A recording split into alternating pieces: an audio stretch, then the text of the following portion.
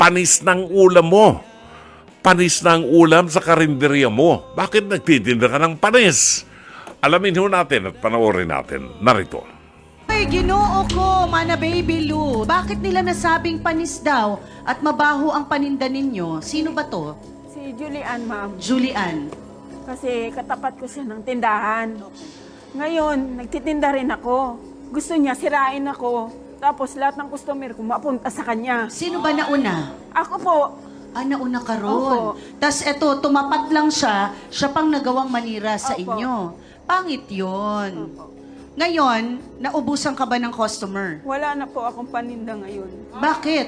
Kasi po, lumipat na sa kanya. Lumipat na sa Opo, kanya ma'am. lahat? Hindi nakipaglaban yung pagkain mo? Hindi na po. Bakit? Kasi siniraan niya na ako, ma'am. Lahat ng customer ko napunta na sa kanya. Ay, sayang naman. Sana hindi ka Pero ma'am, sumuko. nag-upisa kami, ma'am, sa kapitbahay ko siya. Ang bahay namin, tinitirhan, isa lang ang may-ari. Okay. Ngayon, sinabihan niya yung may-ari na 3 buwan na ako hindi nakabayad. Sabi niya, palisin na. So, pinalis po ako ng may-ari. Ay, nilipatan ko na bahay, ma'am. Doon din ako nagtinda. Katapat niya lang, ma'am. Doon nag-umpisa, ma'am, na ang aming away. Tapos sinugod ko siya, ma'am, sa kanya. Natatanungin ko lang naman sana siya na bakit niya ginahila niya lahat ng mga customer ko. Ang sabi niya, hindi daw totoo. Panis lang daw talaga ang mga paninda ko at mga ulam ko.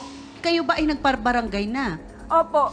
Pero inano naman po kami. Pinagkasundo kayo, Opo. pero masama ang loob ninyo dahil wala na kayong karinderya. Wala na po. Dahil sa paninira ni Julian po. Julian. Okay, paano kaya sasagutin ng kalabang karinderya ang mga paratang ni Ate Baby Lou? Tawagin na natin, Julian, pasok! Okay, diretsahang tanong.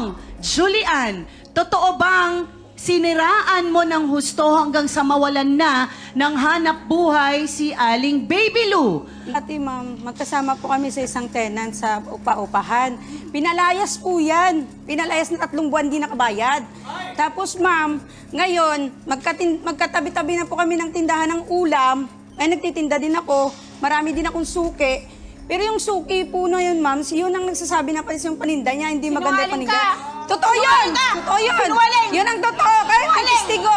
Yun ang totoo kasi mas masarap ang paninda ko sa'yo. Hindi totoo yan! Totoo yun! Totoo yan! Kasi yung akin, may pagmamahal na pagluluto sa'yo, wala. Kaya ang customer mo, ang nagsasabi sa'yo, hindi ako. Narinig mo lang.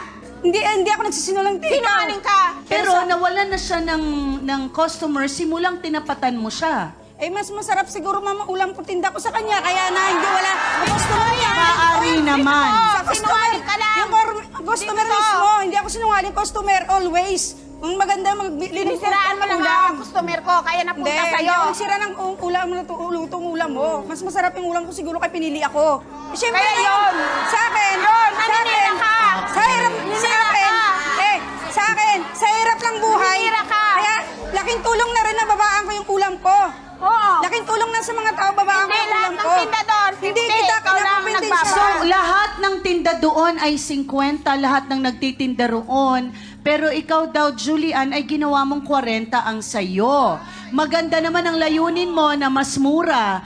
Pero tila bagang unfair sa Helera. 'Di ba kasi may usapan, dapat yan. Pero pakikinggan pa natin yan mamaya. Ano ang naramdaman mo nung nagsara naman ang karinderya ni Ate Baby Lou? Ma'am, hindi man ako masaya, ma'am, kasi tinda niya rin yun, ma'am, para panghanap buhay niya rin, ma'am. Sa akin, nagtitinda lang din ako para tulong sa mga tao. Siyempre, para rin sa mga anak ko, na maghanap buhay po ako para may pambili ng gatas sa anak ko. Yun lang po Okay. sa akin, ma'am. Yan naman. Ano naman ang sa tingin mo doon, Ate Baby Lou, sa pagbaba niya ng presyo? Ikaw lang ba ang nandoon o meron ka pang mga kapitbahay Mayroon pa na po, nagtitindang tinamaan din? Mayroon, ma'am. 50 pesos yun sa amin, siya lang 40. Ate Maria Lee, ano tong narinig mo na sinabi mismo ni Julian? Narinig mo sa mga customers na panis ang paninda doon? Opo, kasi may customer po kami na dati sa amin talaga. Laging customer namin. Lagi po talaga yun. Kasi dati ng customer namin kahit na doon po saan kami magtinda, customer po talaga namin. Kaya lang, magaling po talaga magsinungaling po yan. Hindi kami Gawa-gawa pa siya ng nagsisinungaling. sigwan. Diyos ko, sa customer na yun. Sa customer na, hindi kami. Yung Oh, customer na nagsasabi.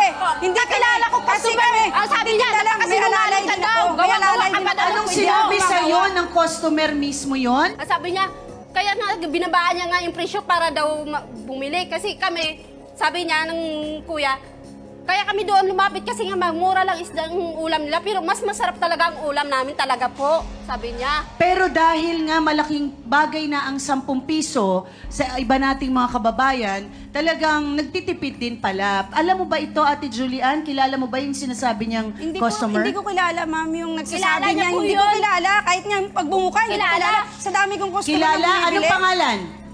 Kakilala po yun kasi magkakapit-bahay po mismo sila ng... Okay, ayaw ibigay. Kahit Oo. ma'am, kapitbahay kami, hindi naman sinasabi sa akin yun. Siyempre, Nagbibigay malusot ka na pa nga nga ng tayo. extra na ulam sa kanya eh. Ano? Nagbibigay ka pa nga ng extra na ulam. Magbibigay ako extra ng ulam? Oo, Tama para naman lang. balik-balik siya. Tama lang yung paninda ko. Ano yun, Ate Tama lang Bibilu? paninda ko. Ano yun, may dagdag? Oo, Ano may yun? dagdag ang ulam na Oo. binigay mo. Talaga? Oo. Dinadagdagan niya para mahilay po lahat ng aming customer. Sa akin lang, paraan, pero yung sa mga nagtitinda. Hindi ko inaagaw yung customer nyo. Ang Hindi customer daw yun, inaagaw, bibili. inaagaw mo nga Hindi, eh. wow.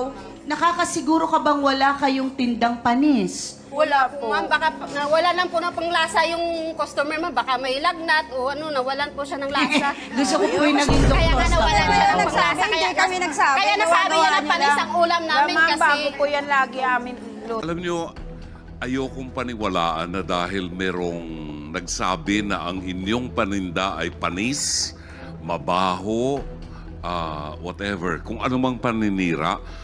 I'm speaking as a consumer. Ako po'y nagsasalita bilang isang consumer.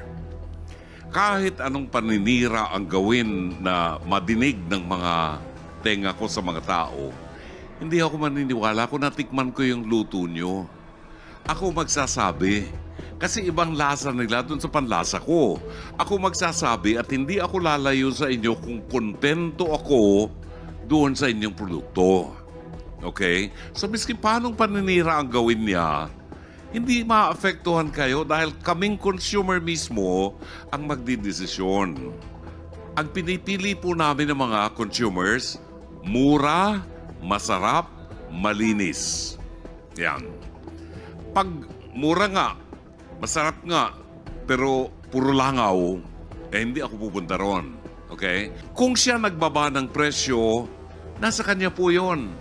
Kung hindi siya malulugi dun sa presyo niya, marketing strategy niya yun eh.